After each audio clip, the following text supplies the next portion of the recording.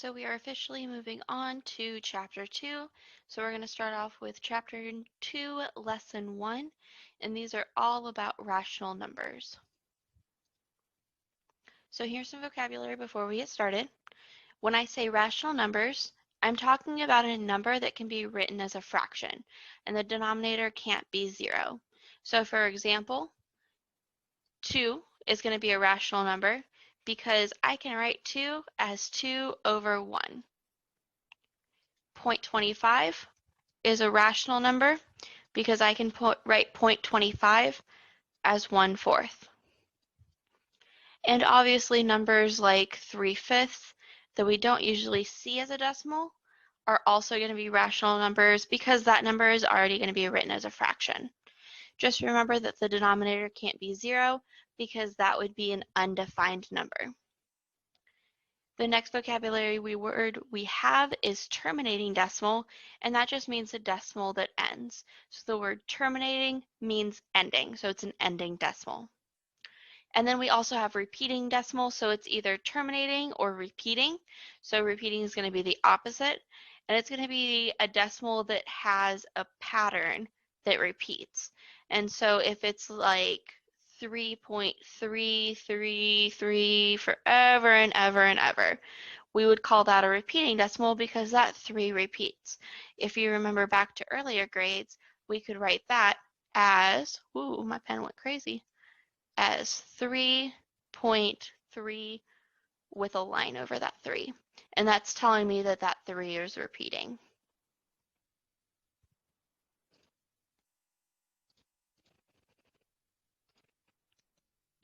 So the first thing that I want to talk about is writing rational numbers as decimals. So we're going to have some kind of a fraction. So that number has to be in a fraction form to be able to write it from a rational number to a decimal. And it's going to be the numerator divided by the denominator.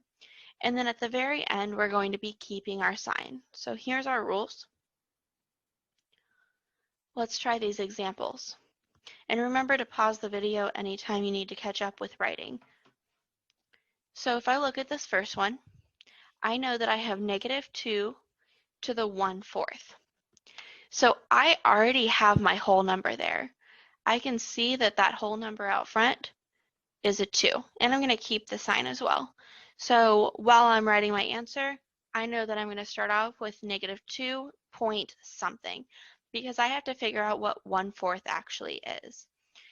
So the way that I remember which one goes inside of our fraction box is the top goes in the box. It kind of rhymes. So the top goes in the box, and then the denominator goes on the outside. So we're seeing how many times we can fit 4 into 1, and we can't do that. So I'm going to put my placeholder. I need the second number. Right now that's not there, so I'm going to put my decimal, and then I'm going to put a 0. Now I'm asking myself how many times does 4 go into 10, and that's 2 times, because 2 times 4 is going to give me an 8. And then we subtract, and then we bring down. Now we're going to ask ourselves how many times does 4 go into 20, and that's 5 times. So I know that instead of writing 1/4, I could write 0.25. And so I'm going to take that beginning part that we moved down there and then add a 0.25. And that's going to be my final answer for this first problem. If your number does not have a whole number out front next to the fraction, that means that you're just going to have a number that's going to be smaller than 1, which is okay. So this number was technically smaller than 1 because it was a negative, but it was outside of that 1 range because it had this beginning part there. This part doesn't. So the top goes in the box, which means we have 5 on the inside and 11 on the outside. We're asking ourselves how many times 11 goes into 5, and it doesn't. So we're going to put our 0, and then we're going to be looking at our 50. So for this one, we're asking ourselves how many times does 11 go into 50, and that's going to be 4 times. 11 times 4 is going to be 44. I'm going to subtract, and then I'm going to bring down. Now we're asking ourselves how many times does 11 go into 60, and that's going to be 5 times. 5 times 11 is going to give me 55, and then we subtract, and then we bring down. And now we're back to a 50. So I know from before that when I had 50, it went in 4 times, and then I subtracted 44 and I got 6, and then I brought it down, and then I asked myself how many times does 11 go into 60, and that was 55. So I know that I'm going to have that repeating pattern here. It's going to be 4, 5, 4, 5, 4, 5 forever and ever and ever and ever. So instead of writing that really, really long number that never ends, I recognize that 45 is being repeated over and over again. And so instead of writing out a number like this, I can say that our 45 is going to be repeating forever and ever and ever. So I'm drawing that line over the 45 to say that that's happening. And that's going to be my final answer.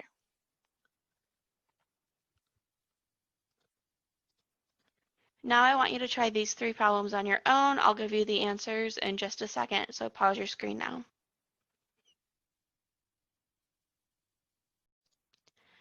So here's your answers. So for number 1, you should have gotten negative 1.2. Number 2 is negative 7.375. And number 3, you should have gotten 0.27 repeating.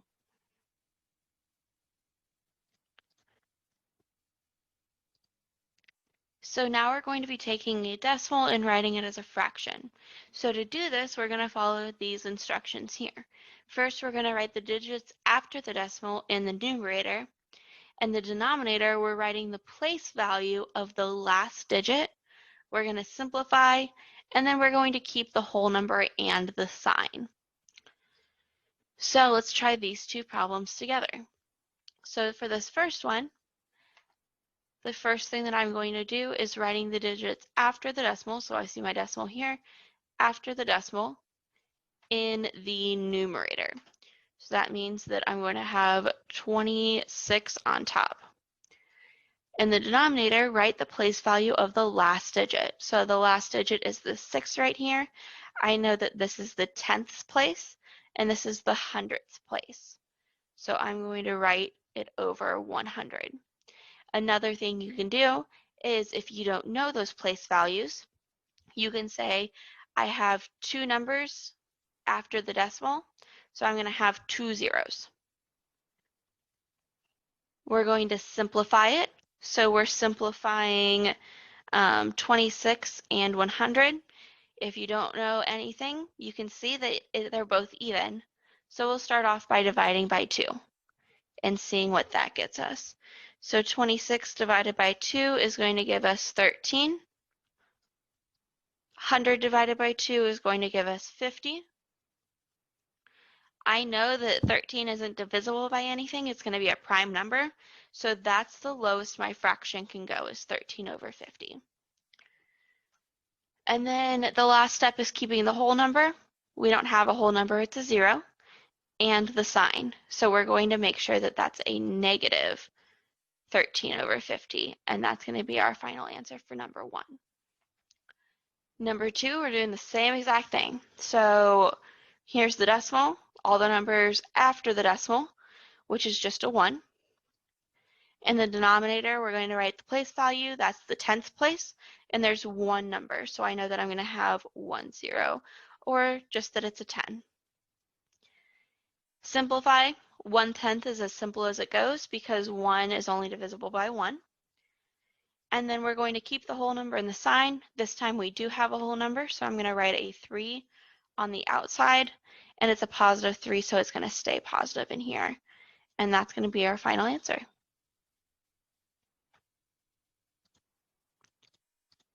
Here's 3 problems for you to try on your own. Pause the video now and try them, and then check back when you are done. And here are your answers. So for number 1, you should have gotten negative 7 over 10.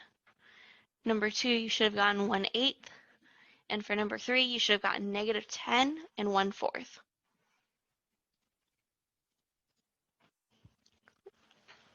I think last thing that we're going to talk about is ordering rational numbers. So by ordering rational numbers, I mean that we are putting them in order from least to greatest. So for this problem, it says that the table shows the elevation of the 4 sea creatures relative to sea level. We're smart, so we know that sea level means 0. So sea level is going to be 0. Anything below sea level is going to be a negative number, which is why all these different elevations in the table are negative numbers. The question is, which of the sea creatures are deeper than the whale? So we know that the whale right now is at negative 0.8. We need to figure out which ones are deeper or lower down than that. So let's start off by converting these 3 other numbers to be decimals. Right now, they're written in different, is what I call languages. So decimal form is one language, fraction form is another language. If you're going to be comparing numbers in fraction form, they all need the same denominator, because if you don't have the same denominator, it's kind of like comparing 2 different things. And so you can't really get a good judgment on which one's bigger if those denominators are not exactly the same. So in my experience, when you're ordering rational numbers, it's always going to be easier, for the most part, to choose to change all of your fractions to decimals. So that's what we're going to do here. We're going to start off with our anglerfish. So I'm just going to put an A. And right now I've got negative 13 over 10. Well, first off, I can see that the numerator is greater than the denominator, which means that we're going to have a number over 1. So I know that that's already going to be bigger, but let's just solve this out, or it's going to be smaller, it's going to be deeper, but let's just figure this out anyways. So I know that I'm taking 13 and dividing it by 10. 10 goes into 13 one time, and then we subtract, and then we bring down.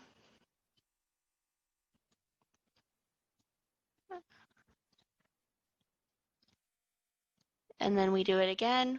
We figure out that goes in 3 times, and that's going to be the end because we get a remainder of 0. So I know that this is equal to negative 1.3, which is definitely deeper because negative 1.3 is going to be less than negative 0.8. So we know that this one is going to be part of our answer. I'm going to pause the video and solve these other 2. If you want to pause the video and do this with me, then go ahead, and then just press play when you're ready. And then now I've converted our squid and our shark. So our squid is at negative 2.2. I know that negative 2.2 is lower than negative 0.8, so I've highlighted that one. And then for our shark, it turns out that it's going to be at negative 0.18 repeating. So 0.18 is closer to 0. And so it's closer to that sea level, so it's definitely not deeper than that whale. So our final answer is going to be anglerfish and squid are deeper than our whale. So I want you to figure out which one is deeper, just like how we did in that last problem. So which one's less than, and which one's greater than. So you're going to be using the less than, greater than, or equal to signs. Remember, they have to be in the same language to be able to work with them. So this one, they're both decimals, that's fine. This one, technically right now, they're both fractions with a denominator of 8, but this one is written as an improper fraction, and this one is written as a proper fraction. So they either have to be both improper or both proper, or you can just convert them to both be decimals. So decimals is going to be the easiest way to figure this out because there's a lot of rules to remember when you're comparing fractions. So pause the video, figure out which of these three signs applies to number 1 and number 2. And these should be your answers. So for number 1, we didn't actually have to change anything.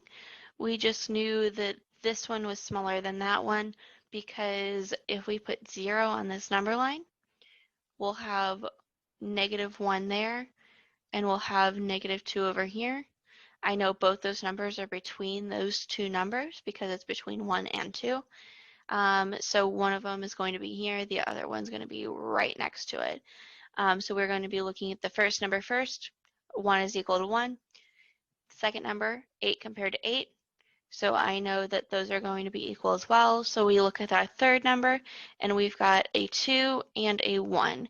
So since we're dealing with negative numbers, if it's bigger, it's closer to this negative side on the left, which means that it's going to be less than. So since -2 is smaller than -1, it's going to be a less than sign.